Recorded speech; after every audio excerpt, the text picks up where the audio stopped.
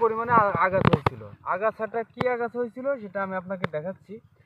এই যে এটা আপনারা অনেকেই চেনেন। এই ঘাসটা হচ্ছে খুবই খারাপ একটা ঘাস। ও যদি একবার জন্মায় শেষ হয় না। তো এই ঘাসটা ওষুধ দিয়ে মারা যায়। তো আমি যতটুকু কৃষি বিষয়ক রিসার্চ করছি, আমি গত 4 বছর যাবৎ কৃষিকাজের সাথে একবারে ওতপ্রোতভাবে জড়িত।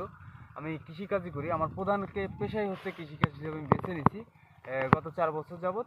তো এই ভাদালে মারার যে ওষুধটা রয়েছে, এই ওষুধটার ভিতরে ক্যান্সারের ভাইরাস বিদ্যমান।